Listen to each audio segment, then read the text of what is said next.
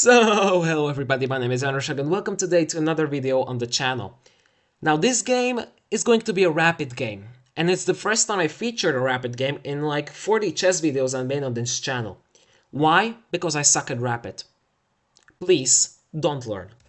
e4, c5, and we enter the Sicilian defense. I love to go for this precise setup of the Sicilian simply because of its attacking ideas. You can see them highlighted by the arrows here. I castle long, the opponent almost always castles short, and I can launch a beautiful pawn storm attack with my queen and bishop supporting. I love this. But my opponent decided to go for knight to g5 immediately, attacking f7. Okay, I defend it. He attacked again. I defend it. Now the computer here wants knight e6, which is a ridiculous line, because after takes and takes, you have knight d4. Hitting the bishop, hitting the queen, hitting the fork. I don't know what the computer saw here, but that is just a ridiculous line. I'm not going to go down that rabbit hole. Because my opponent played an even dumber move than bishop takes e6, which is just... If some of you don't see the problem with queen to h5, it's simply g6. You're hitting two pieces at once. And after you slide the queen, I just take. Now, okay, I get it. He probably missed that. But why is this game so terrible after that? That you say it's a pain to watch. It's full of generational throws. Oh, it will be. Keep yourself tuned. Bishop captures on h7. Now, I cannot castle, but the opponent is doing something. Attacking the open file, pinning this pawn. You just gotta see these pins and stuff because you then blunder pieces out of absolutely random reasons, like going, oh, I'ma go after king e8, I'ma go d5 to strike the center, psych. Don't blunder pieces like that. King to e8, and we have the knight attacking. The knight is attacking for multiple reasons. Reason number one, e7. Reason number two, the queen. I can slide away with the check, but that still leaves the opportunity for a fork on the c7 square if the queen ever moves further. Okay, he blocked. I jumped with the knight forward. Threat number one, a fork of his king and queen. Threat number two, f7, winning his bishop and securing control of this diagonal, which is even more important after the move which melts down your brain. King d2 is as if this person asked ChatGPT, how can I stop the fork on d3, and it said king to d2 defending the pawn. That is bold. Anyway, generational throw. Yeah. The way to counter a terrible move is with a generational throw. Queen to b6, b5 was meant to attack here and here. But you gotta look at his counter punches, man. That is a generational throw. Truly a generational throw. So yeah, now I have a queen for two minor pieces. Queen and pawn for two minor pieces. How am I living? I am not. I am just not. Alrighty. Defending. The bishop is forcefully traded off. Its only move that it ever made was to get traded off. But now I have an f-file to work with. Maybe something is there. He took. I attacked his queen. He retreated back to stop this threat. But now I played king to c7.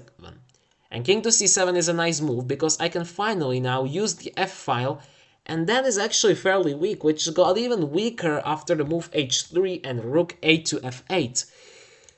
Now, there are two things that you can do in this position. Thing number one is just to retrieve the queen and allow these captures with the knight or with the rook, but that is very dangerous for the black pieces. I don't think I would have gone for that, but that is the best move. My opponent, decided after rook a to f8 to capture the rook. Now this is not such a bad move because after takes and takes you actually have an open h file, and even though I can take here and you can slide let's say to e3, I can take here, but you have some counterplay. Okay, not the worst of moves, but certainly not the best one as well. It reduced the advantage, it used to be +4. Okay, I took, that pawn was destined to kill itself anyway. e5, waving a bit of a mating net. As you can see, the king will never be able to move from that easily, especially after I take on g4 and, I'm sorry, that pawn is just about to die.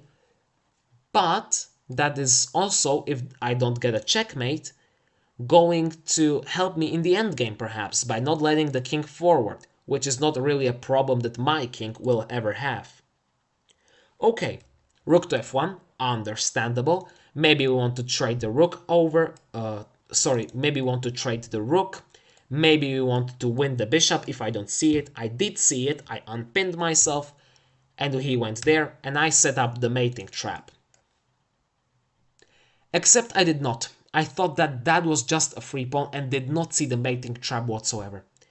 And here comes, ladies and gentlemen, like Frank Marshall sacrificed his queen and gold coins were through, my man Kuzovlevs sacrificed his rook because probably a brick was thrown at him and hit him in the head. That is more of a generational throw than my queen loss on c7, just the square next to it. Number 1, that is just mate. Number 2, that is just a rook. What? Number 3, you spent 7 seconds when you had 5 minutes in a winning position. What? Okay. I did not see the mate as I already said, but that is just move of the century for sure. Rook to h6 blunders the mate again, because if I go rook to b2 here, there is no way to stop the checkmate. You have to go here, I take, you come here, and that's checkmate. Look at that mate. Insane. But that, of course, did not happen, because I did not go there. I decided to cement that pawn. I was blitzing these moves out as well, because I'm a blitz player, not a rapid player. Rook to h8, simultaneously blundering this, and also at this point in time you probably should have sacrificed the rook for the bishop and tried to play this game without the constant threat of this checkmate on either e2 or d3. Sorry, the bishop would move to e2, so e2. Okay, rook to b2, threatening the mate. Rook c8 check. Again, you should have sacrificed for the bishop. And king to b7. By the way, another generational throw that could have happened in this square is the move king to b6. That would be the ultimate climax, and I don't think that at that point I would upload the game to YouTube. I would just quit chess forever. No, seriously, I wouldn't, but like, bro, just stop. Okay, but I did not do that. I played king to b7. And you don't know what the top engine move here is. You just don't. I'm sorry. That's the top engine move? Really? Delaying the checkmate by one mother-ducking move? Nice. Nice one. Nice one, Stockfish. Okay, that was not played. After king to b7, rook d8 was played. And here, instead of giving the mate, I just attacked the rook again, but the opponent resigned, because Zdačsa means resign in Slovakian. And I have chess.com in Slovakian because I am Slovakian, if you didn't see from the flag next to my name. So yeah, that's a game for sure. It exists. Please, when you're playing Rapid, use more than 3 mother-ducking minutes of your time.